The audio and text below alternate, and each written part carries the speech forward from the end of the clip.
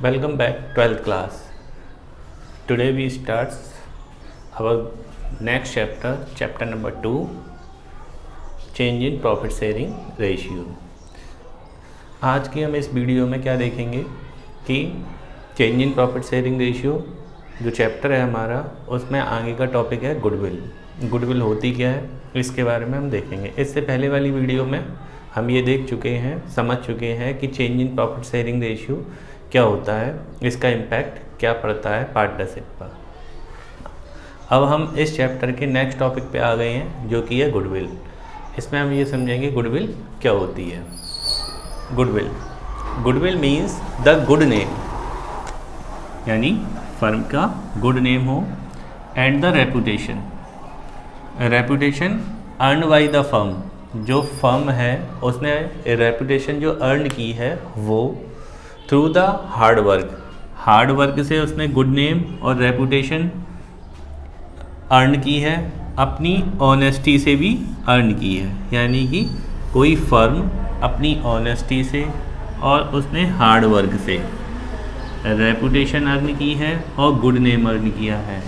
यही good name और यही रेपुटेशन क्या होती है, गुडविल। इसलिए गुडविल के लिए क्या बोला जाता है, goodwill means the good name और the reputation earn by the firm through the hard work and honesty of its owner.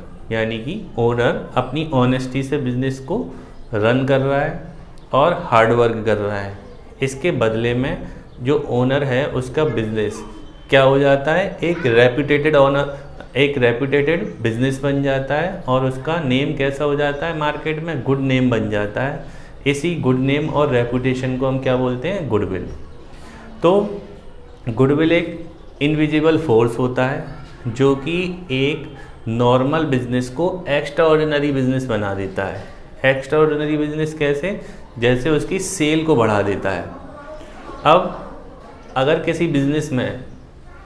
किसी बिजनेस की गुडविल है तो क्या इम्पैक्ट पड़ता है उस बिज़नेस पे, वो जो उसकी प्रॉफिट अर्निंग कैपेसिटी है वो डबल हो जाती है। यानी कि हम ऐसा कह सकते हैं कि जिस बिज़नेस की गुडविल है उसकी प्रॉफिट अर्निंग पावर बढ़ जाती है, इंक्रीज हो जाती है। तो देखो इसमें क्या होता है, renders good service to the customer. अगर आपको गुडविल बनानी है तो अपने कस्टमर्स को क्या करना होगा, सर्विस गुड रेंडियर करनी होगी, मीन्स अच्छी सर्विस देनी होगी। इससे क्या होगा, कस्टमर फील सेटिस्फाइड।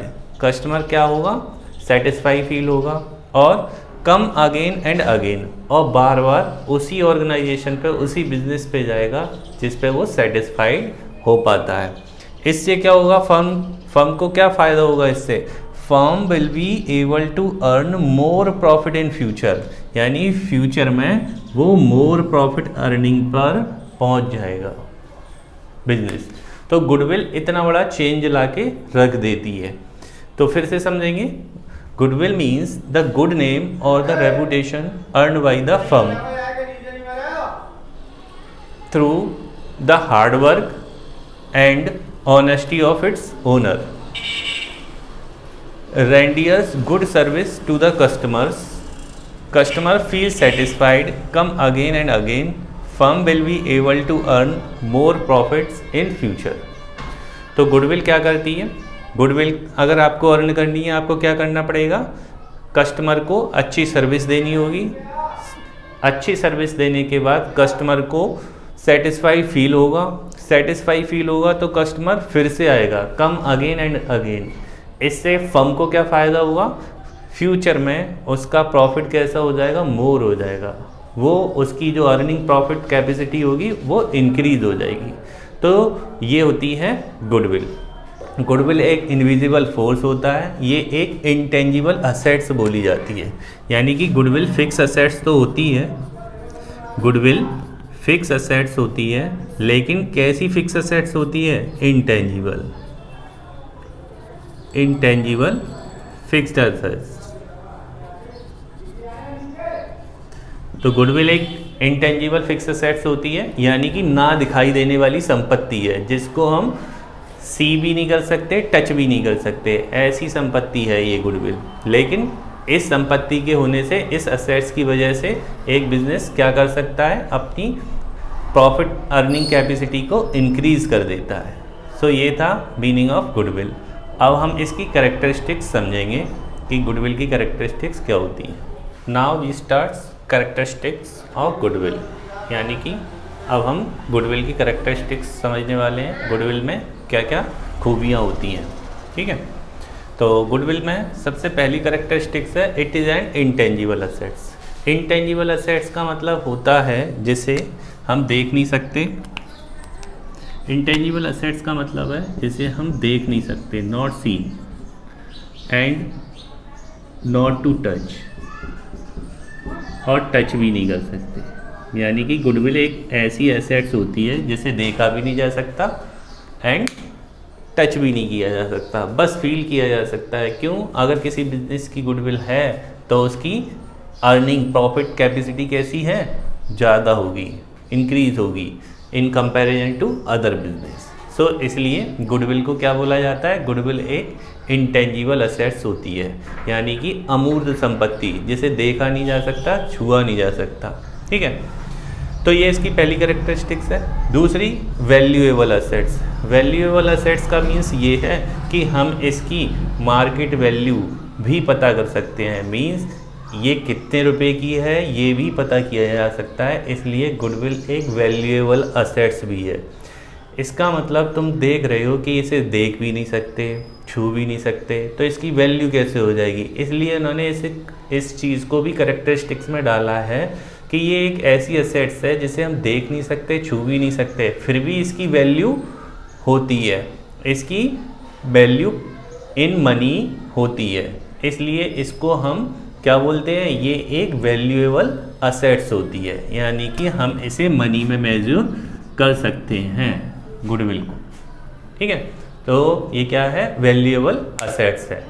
नेक्स्ट है it is helpful in earning access profit. बिल्कुल, अगर गुडविल नहीं होगी तो एक्सेस अर्निंग प्रॉफिट जो होती है ना, ये एक्सेस पावर, एक एक्स्ट्रा पावर प्रोवाइड करती है ये बिजनेस को।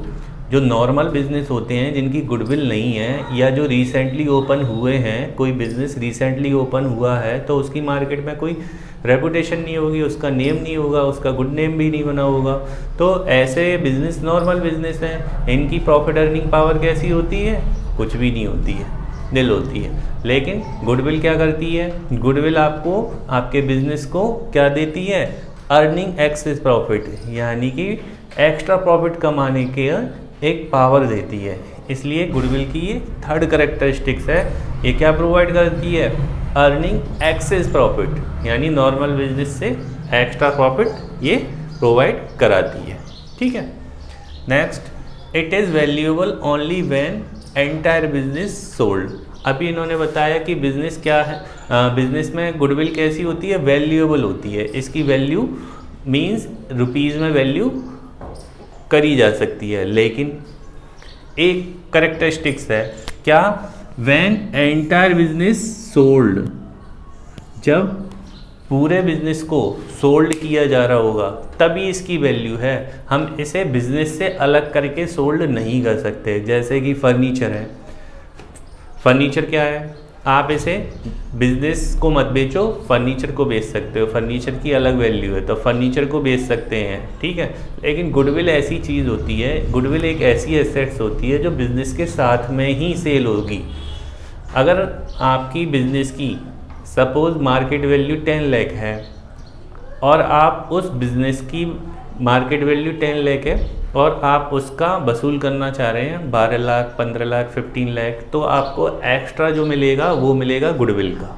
ठीक है, इसलिए इन्होंने बोला कि बिज़नेस को सोल्ड करोगे तो गुडविल की वैल्यू मिलेगी, अगर बिज़नेस को सोल्ड नहीं करोगे तो गुडविल की वैल्यू कोई नहीं होगी, ज़ीरो होगी। यानी कि बिना बिजनेस को बेचे हुए गुडविल की वैल्यू कुछ भी नहीं है। इसलिए ये भी एक कैरेक्टरिस्टिक्स है, it is valuable only when entire business sold. जब पूरा बिजनेस बेचा जाएगा तभी इसकी वैल्यू होगी। नेक्स्ट है it is difficult to place an exact value on goodwill. अब यहाँ पर उन्होंने ये बोला कि गुडविल वैल्यूएबल तो है, मीन्स इसकी वैल्यू मनी में हम कर सकते हैं, लेकिन एग्जैक्ट नहीं कर सकते। क्यों? ये फ्लैक्चुएट होती रहती है। क्या? फ्लैक्चुएट होती रहती है, यानी इसमें फ्लैक्चुएशन आते रहते हैं टाइम के अकॉर्डिंग, प्लेस के अकॉर्डिंग, टेक्नोलॉजी के अकॉर्डिंग, इसमें चेंज आते रहते हैं। It's difficult to place an exact value on goodwill, यानी कि गुडविल की एग्जैक्ट वैल्यू करना डिफ़िकल्ट होता है। क्यों? ये चेंज होती रहती है, क्योंकि फ्लैक्चुएशन होता है इसमें। फ्लैक्चुएशन का मतलब वही जो मैंने आपको बताया, टेक्नोलॉजी के चेंज से या आपके टाइम पास होने की वजह से इसमें चेंज आता रहता है, और इस तरीके से गुडविल की वैल्यू एग्जैक्टली नहीं की जा सकती है। ठीक है, नेक्स्ट है लायबल टू कांस्टेंट फ्लैक्चुएशन, यानी कि गुडविल असेट्स है, और असेट्स का नेचर क्या होता है, उसको यूज़ करोगे तो वो डेप्रीशिएट तो होती है। तो गुडविल भी हमारी क्या है, एक असेट्स है, इंटेंजिबल असेट्स है। ये भी क्या होगी, इसमें भी कांस्टेंट फ्लैक्चुएशन होता रहेगा, डाउनवर्ड भी हो सकता है। मोस्टली अगर डाउनवर्ड हुआ है तो ये जो कांस्टेंट फ्लैक्चुएशन है इसे मोस्टली बोलते तो हैं टेंजिबल असेट्स के केस में डेप्रीशिएशन, लेकिन गुडविल इंटेंजिबल असेट्स है, सो डेप्रीसिएशन की जगह क्या होता है, इसमें फ्लैक्चुएशन होता है। तो इसके लिए ये कौन सा वर्ड यूज़ होता है, रिटन ऑफ, यानी कि गुडविल भी रिटन ऑफ होती है, इसकी वैल्यू भी टाइम के अकॉर्डिंग डाउन होती जाती है। जैसे कि और असेट्स होती हैं ना, जैसे कि टेंजिबल असेट्स होती हैं जिनको देख सकते हैं, छू सकते हैं, लाइक बिल्डिंग, लाइक फर्नीचर, इस तरीके की ये असेट्स हैं। कंप्यूटर, ये भी एक टेंजिबल असेट्स हैं, इनकी वैल्यू क्या है, डाउन होती जाती है पासेज ऑफ टाइम। ऐसे ही गुडविल की भी वैल्यू डाउन होती जाती है। ओके गाइस, तो ये थे गुडविल की कैरेक्टरिस्टिक्स, यानी गुडविल में क्या क्या खासियत होती है। तो ये कुछ कैरेक्टरिस्टिक्स थी गुडविल की, कौन कौन सी, इंटेंजिबल होती है, इसकी वैल्यू भी की जा सकती है, और ये एक एक्स्ट्रा अर्निंग पावर बिजनेस को प्रोवाइड करती है, और इसकी बिजनेस के साथ में ही इसे सेल किया जा सकता है, एक्स्ट्रा अलग से इसे सेल नहीं किया जा सकता है। नेक्स्ट है इसकी एग्जैक्ट वैल्यू, वेरीफाई करना, एग्जैक्ट वैल्यू करना डिफ़िकल्ट है, और इसमें क्या होता है, कांस्टेंट फ्लैक्चुएशन होता रहता है। तो ये थे characteristics of goodwill. Next topic अब हम रीड करेंगे। Our next topic, factors affecting the value of goodwill. Goodwill को, वैल्यू को अफेक्ट करने वाले कौन कौन से फैक्टर हैं, उनको हम स्टडी करने वाले हैं। फर्स्ट है फेवरेबल लोकेशन ऑफ बिजनेस। ये सबसे बड़ा फैक्टर है कि आपका बिजनेस कैसी लोकेशन पे सिचुएटेड है। मींस अगर आपका बिजनेस मेन सिटी में, मेन मार्केट में एस्टैब्लिश्ड है, सिचुएटेड है, तो उसकी goodwill in comparison to other business, यानी कि जो बिजनेस फेवरेबल लोकेशन पे सिचुएटेड नहीं है, उसके कंपैरिजन में आपके बिजनेस की गुडविल ज़्यादा होगी। सो ये सबसे पहला फैक्टर है कि आप फेवरेबल लोकेशन पे अपने बिजनेस को सिचुएटेड एस्टैब्लिश्ड है कि नहीं है। अगर आपका बिजनेस फेवरेबल लोकेशन पे एस्टैब्लिश्ड है तो आपके बिजनेस की गुडविल कैसी होगी, ज़्यादा होगी in comparison to other business जो फेवरेबल लोकेशन पे स्टेबल नहीं है, सिचुएटेड नहीं है। इसलिए ये फर्स्ट फैक्टर होता है कि फेवरेबल लोकेशन ऑफ बिजनेस, यानी कि आपके बिजनेस की लोकेशन फेवरेबल है कि नहीं है, मींस जहाँ पर कंज्यूमर इजीली पहुँच जाता है। अगर ऐसी लोकेशन पे आपने अपना बिजनेस को एस्टेब्लिश्ड कर दिया है जहाँ पर कंज्यूमर को पहुँचने में प्रॉब्लम होती है, तो आपके बिजनेस की वैल्यू डाउन होगी, आपके बिजनेस की गुडविल कैसी होगी, डाउन होगी। ठीक है, नेक्स्ट फैक्टर है efficiency of management. Efficiency of management भी गुडविल को अफेक्ट करते हैं। मींस एफिशिएंसी का मतलब होता है कम लागत पर अधिक रुपए में माल बेचना, यानी कि एक्सपेंसेस को, अपनी प्रोडक्ट की कॉस्ट को कम कर देना और अपने प्रोडक्ट को ज़्यादा वैल्यू पे सेल कर देना, ये होती है एफिशिएंसी। तो अगर आपका मैनेजमेंट एफिशिएंट है, मींस कम खर्च में ज़्यादा माल बना लेता है, और उसे सेल कर देता है, इट मीन्स आप प्रॉफिट ज़्यादा कमाते हैं, और जिसका प्रॉफिट अर्निंग ज़्यादा होती है उनकी गुडविल भी ज़्यादा होती है। इसलिए मैनेजमेंट कैसा होना चाहिए, एफिशिएंट होना चाहिए। अगर आपके बिज़नेस का मैनेजमेंट एफिशिएंट है तो आपके बिज़नेस की गुडविल ज़्यादा होगी। ठीक है, तो ये सेकंड फैक्टर था। Third factor, longevity of the business. Longevity of business का मतलब है अगर आपका बिजनेस लॉन्ग टाइम के लिए है तो गुडविल है, अगर लॉन्ग टाइम के लिए बिजनेस नहीं है मींस आपका बिजनेस ज़्यादा लंबे समय के लिए नहीं है। ज़्यादा लंबे समय का मतलब आपने 1 और 2-3 ईयर्स के लिए अपने बिजनेस को एस्टेब्लिश किया है तो आपकी गुडविल, आपके बिजनेस की गुडविल कम होगी या नहीं होगी। तो डिपेंड करता है, अगर आपके बिजनेस ज़्यादा चलने वाला है इट मीन्स उसका टाइम लॉन्ग है, तो लॉन्ग टाइम वाले बिजनेस की ही गुडविल होती है, कम टाइम वाले बिजनेस की गुडविल कम होती है या बिल्कुल नहीं होती है। ठीक है, क्यों? गुडविल को अर्न करने में काफ़ी टाइम स्पेंड हो जाता है। ठीक है, लोगों के बीच में पहचान बनाने में टाइम लगता है और पहचान को ही हम क्या बोलते हैं, गुडविल बोलते हैं। नेक्स्ट है nature of goods. Nature of goods का मतलब है कि जो गुड्स आप बना के बेच रहे हो उसका नेचर क्या है, वो जल्दी ख़राब हो जाता है या ड्यूरेबल नहीं है, तो भी आपके गुडविल को अफेक्ट पड़ेगा क्या। ठीक है, नेक्स्ट है पोजेशन ऑफ लाइसेंस। ये बड़ा इम्पोर्टेंट है। सपोज़ गवर्नमेंट ने हमारे बिजनेस को कुछ स्पेशल प्रोडक्ट बनाने का लाइसेंस दे रखा है, वो केवल हम ही बना सकते हैं और कोई नहीं बना सकता। अगर कोई बिज़नेस इस तरीके का लाइसेंस प्राप्त कर लेता है और फिर उन चीज़ों को बना के बेचता है तो ऐसे केस में क्या होगा, उस बिज़नेस की गुडविल बढ़ जाएगी। क्यों? लाइसेंस हर किसी को प्रोवाइड नहीं हो पाता, केवल हमें लाइसेंस प्रोवाइड किया है गवर्नमेंट ने, इट मीन्स गुडविल हमारी ज़्यादा होगी। तो लाइसेंस भी गुडविल को अफेक्ट करता है। ठीक है, नेक्स्ट है मोनोपोलिस्टिक एंड अदर राइट्स। बिल्कुल, अगर हम जिस प्रोडक्ट को बना के बेच रहे हैं उसमें हमारी मोनोपोली है, यानी कि उसे कोई बेचे तो भी उसकी बिकती नहीं है, ऐसा प्रोडक्ट हमने बनाया है। जैसे कि आप कोल्ड ड्रिंक का एग्जांपल ले सकते हैं, थम्स अप, पेप्सी, कोला, ये क्या है, मोनोपोली है इनकी। इन जैसे प्रोडक्ट को और भी कंपनियों ने बना के बेचने की कोशिश की लेकिन वो नहीं बेच पाए।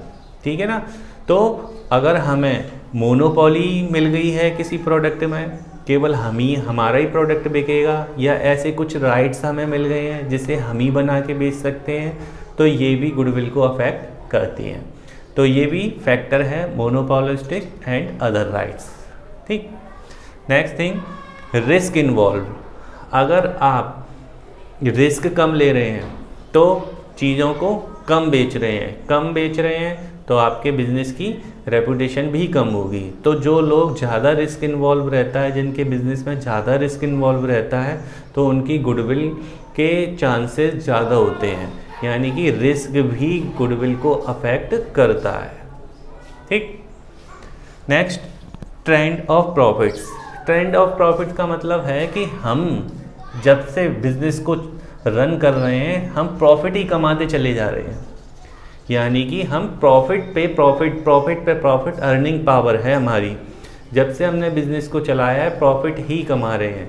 अगर हमारे बिज़नेस का यही ट्रेंड है कि हम प्रॉफिट ही कमाते हैं तो that will be the affect the goodwill, value of goodwill. ये पॉइंट भी, ये फैक्टर भी गुडविल को अफेक्ट करेगा। ठीक है, तो trends of the profit. Next है फ्यूचर कंपटीशन। हम अपने बिजनेस को फ्यूचर के कंपटीशन के लिए प्रिपेयर कर रहे हैं। ऐसी टेक्नोलॉजी हम अपने बिजनेस में ला रहे हैं कि फ्यूचर में जो कंपटीशन मिलने वाला है उसको आज ही हम अपने यहाँ पर लगा रहे हैं। यानी कि जो बिज़नेस फ्यूचर कंपटीशन के बारे में सोचकर अपने बिजनेस को चला रहा है तो उससे क्या होगा, गुडविल अफेक्ट होगी। ठीक है ना, तो फ्यूचर कंपटीशन का फैक्टर भी गुडविल को अफेक्ट करता है। नेक्स्ट है कैपिटल रिक्वायर्ड। बिजनेस में जितनी ज़्यादा कैपिटल लगाओगे उतना ज़्यादा प्रॉफिट अर्न होगा। कैपिटल, सपोज किसी बिजनेस में 10 लाख रुपीज़ की कैपिटल की रिक्वायर्ड है और आपने 5 या 7 लाख लगा रखे हैं, that point will also be affect the goodwill. जितनी रिक्वायरमेंट है उतनी कैपिटल लगाइए और उसी के अकॉर्डिंग आपको रिजल्ट मिलेगा। अगर आप कम कैपिटल लगाएंगे, रिक्वायरमेंट कैपिटल यानी कि कैपिटल की जो रिक्वायर्ड है उससे कम कैपिटल आप इन्वेस्ट कर रहे हैं, तब भी आपकी गुडविल को अफेक्ट करेगी कैपिटल भी। ओके, नेक्स्ट है अदर फैक्टर्स। अदर फैक्टर्स में क्या क्या आ जाते हैं? Good industrial relation. हमारी जो इंडस्ट्री है, हमारी इंडस्ट्री ने और इंडस्ट्री से अपना रिलेशन गुड बना रखा है। अगर ऐसा है तो गुडविल अफेक्ट करेगी। अगर बैड रिलेशन बना के चलोगे तो गुडविल अफेक्ट ऑल्सो करेगी। Okay, favourable government regulation.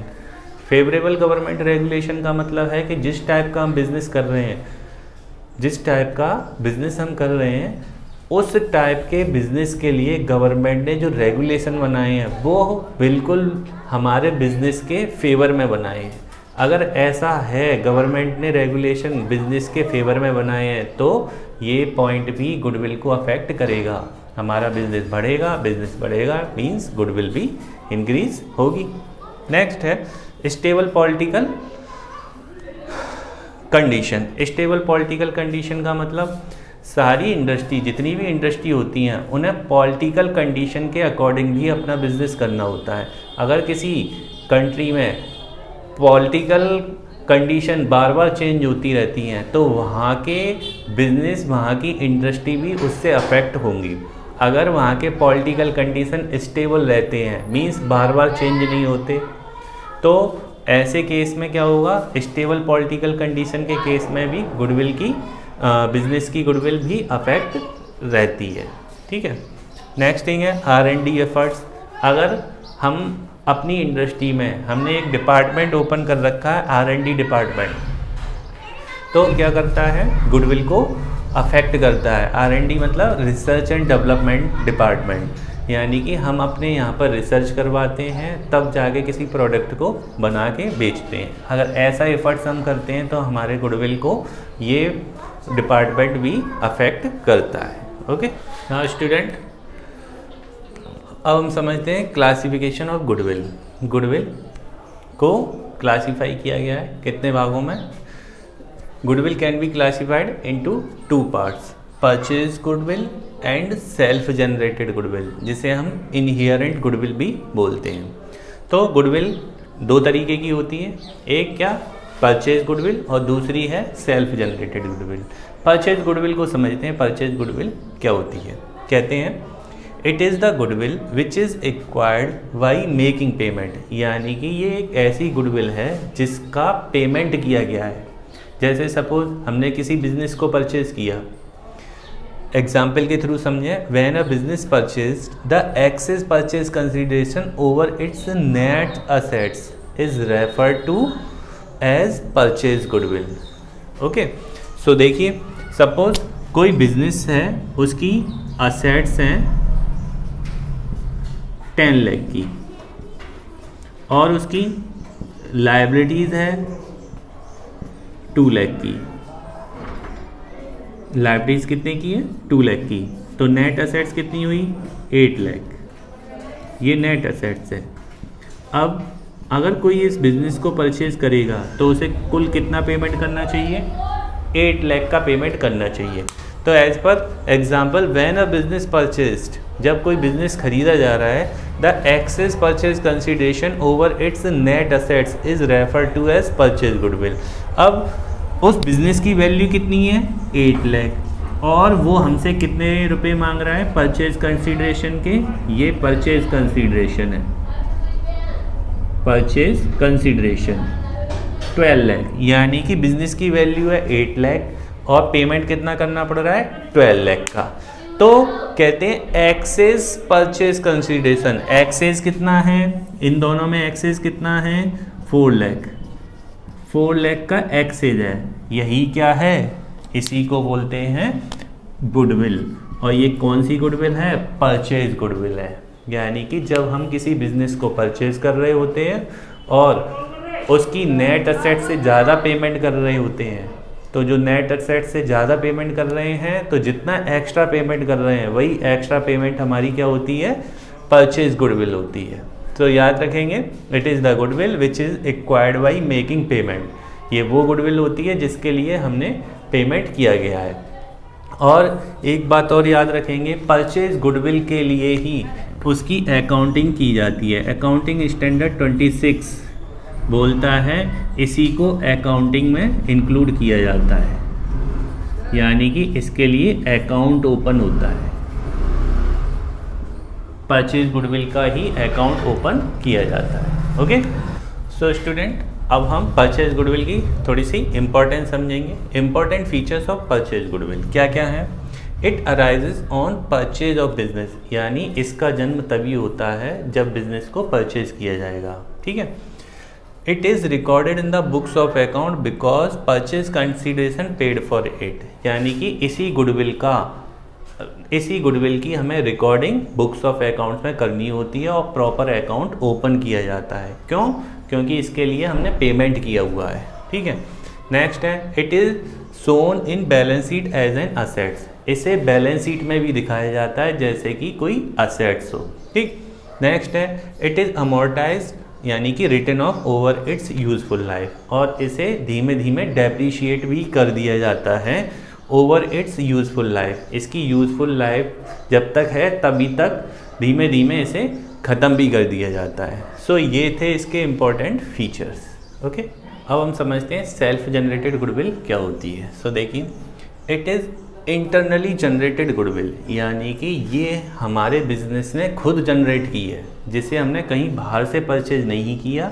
ये हमारे बिजनेस की खुद की अर्निंग वाली गुडविल होती है। सो कहते हैं it is internally generated goodwill which arises from a number of characteristics और attributes which an on going business possesses, यानी कि ये कैसे जनरेट होती है, कई सारी करेक्टरिस्टिक्स होती हैं, एट्रीब्यूट्स होते हैं, उनसे ये गुडविल जनरेट होती है। जैसे कि honesty of the owner, hard work of the owner, इस तरीके से जो गुडविल अर्न होती है उसे सेल्फ जनरेटेड गुडविल बोलते हैं या इनहेरेंट गुडविल बोला जाता है, जिसके लिए हमने कोई पेमेंट नहीं किया, खुद की कमाई गई गुडविल होती है ये।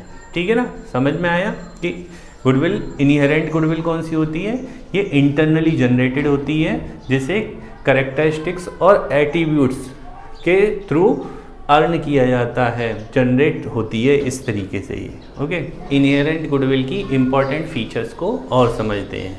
ठीक है, देखिए, it is internally generated over a long period of time, यानी कि जो इनहेरेंट गुडविल होती है वो लॉन्ग पीरियड ऑफ टाइम में ही जनरेट हो पाती है, शॉर्ट पीरियड में ये जनरेट नहीं हो पाती है। इसलिए ये इसका इम्पॉर्टेंट फीचर्स है, लॉन्ग पीरियड ऑफ टाइम में ही ये जनरेट होती है, अदरवाइज ये जनरेट नहीं हो पाती है। नेक्स्ट थिंग है, a true cost can not be placed on this type of goodwill, यानी कि इस टाइप की गुडविल की ट्रू कॉस्ट निकालना पॉसिबल नहीं हो पाता। ठीक है। Its valuation depends upon the subjective judgement of the valuer. जो वैल्यूअर होता है ना, जिससे हम गुडविल की वैल्यूएशन करवा रहे हैं, वो उसके नेचर पे, उसके फीचर्स पे डिपेंड करता है कि वो कौन कौन से फीचर्स देखकर हमारी गुडविल को वैल्यूड कर रहा है। तो its valuation depends upon the subjective judgement of the valuer. जो वैल्यूअर होता है, कोई कुछ सब्जेक्ट को देख के वैल्यूड कर रहा है, कोई कुछ सब्जेक्ट को देख के वैल्यूड कर रहा है। सो इसकी ट्रू कॉस्ट वैल्यू करना पॉसिबल नहीं हो पाता। ठीक है ना। नेक्स्ट है, ये इम्पॉर्टेंट है थोड़ा, एज पर अकाउंटिंग स्टैंडर्ड 26 यानी AS 26 किसके लिए है, इंटेंजिबल असेट्स की अकाउंटिंग कैसे की जाएगी, ये अकाउंटिंग स्टैंडर्ड 26 बताता है। तो एज पर अकाउंटिंग स्टैंडर्ड 26 इंटेंजिबल असेट्स के लिए है। ये कहता है it is not recorded in the books of account, इस टाइप की गुडविल को बुक्स ऑफ अकाउंट्स में रिकॉर्ड नहीं किया जाता है। किसने बताई है ये वाली बात, AS 26 ने। AS 26 मना करता है कि जो इनहेरेंट गुडविल है, जो सेल्फ जनरेटेड गुडविल है, उसको बुक्स में रिकॉर्ड नहीं किया जाता। It is not recorded in the books of accounts. क्यों नहीं किया जाता? क्योंकि हमने इसके लिए परचेज कंसिडरेशन पेड नहीं किया, मनी में भी नहीं और मनी के अलावा किसी और चीज़ में भी इसका पेमेंट किसी को किया नहीं है। तो अकाउंटिंग स्टैंडर्ड 26 कहता है कि इनहेरेंट गुडविल की रिकॉर्डिंग बुक्स में नहीं की जाती है, इसे बैलेंस शीट में भी शो नहीं कराया जाता क्योंकि हमने परचेज कंसिडरेशन इसके लिए पेड नहीं किया है। तो AS 26 की बात याद रखेंगे। तो ये थे आपके क्लासिफिकेशन ऑफ गुडविल, जिसमें परचेज गुडविल के लिए तो अकाउंट ओपन किया जाता है और बुक्स में उसकी रिकॉर्डिंग होती है और बैलेंस शीट में उसे शो कराया जाता है, जबकि इनहेरेंट गुडविल की अकाउंटिंग नहीं की जाएगी, कोई रिकॉर्ड नहीं होगा उसका। क्यों? इसके लिए हमने कोई परचेज कंसिडरेशन पेड नहीं किया है। Okay, thank you. Next topic है need for valuation of goodwill, यानी कि हम गुडविल की वैल्यूएशन क्यों करें, क्या आवश्यकता पड़ रही है हमें गुडविल की वैल्यूएशन करने की। तो ये कुछ पॉइंट है, इन पॉइंट के अकॉर्डिंग ही हम अपनी फर्म की गुडविल की वैल्यूएशन करते हैं। सबसे पहली कंडीशन है when change in profit sharing ratio among the partners, यानी कि जब हमारी फर्म का प्रॉफिट शेयरिंग रेशियो चेंज हो रहा है तो उस केस में हमें गुडविल की वैल्यूएशन करने की नीड होगी। ठीक है, ये थी first condition. Second condition, new partner is admitted, जब हमारी पार्टनरशिप फर्म में कोई न्यू पार्टनर एडमिट हो रहा है तब भी हमें क्या होगा, गुडविल की वैल्यूएशन की नीड होगी। ठीक। नेक्स्ट, अ पार्टनर डाइज और रिटायर्स, जब हमारी फर्म में से कोई पार्टनर रिटायर्ड हो रहा होगा या किसी पार्टनर की डेथ हो गई होगी तब भी हम क्या करेंगे, गुडविल को वैल्यूड करेंगे। Next thing, firm is sold, firm को बेचा जा रहा है, जब आप अपनी फर्म को बेचेंगे तो आपको अपनी फर्म की गुडविल की वैल्यूएशन करने की नीड होगी। ठीक है। And last thing is firm is amalgamated with another firm, जब हम अपनी फर्म को किसी दूसरी फर्म से मिला रहे हैं, अमलगामेशन कर रहे हैं, उसका एकीकरण कर रहे हैं, तब भी आपको गुडविल की वैल्यूएशन की नीड होगी। ठीक है। तो ये कुछ पॉइंट थे जो हमें बताते हैं कि हमें कब कब गुडविल की वैल्यूएशन की नीड होती है। ओके गाइज, सो ये थे गुडविल की पूरे थ्योरेटिकल टॉपिक। नेक्स्ट वीडियो में हम सीखेंगे कि गुडविल को वैल्यूड कैसे किया जाता है, यानी कि गुडविल की वैल्यूएशन के कई सारे मेथड होते हैं जिनके अकॉर्डिंग हम अपनी गुडविल को, फर्म की गुडविल को मनी में वैल्यूड करते हैं। तो ये हमारी नेक्स्ट वीडियो होगी। Okay guys.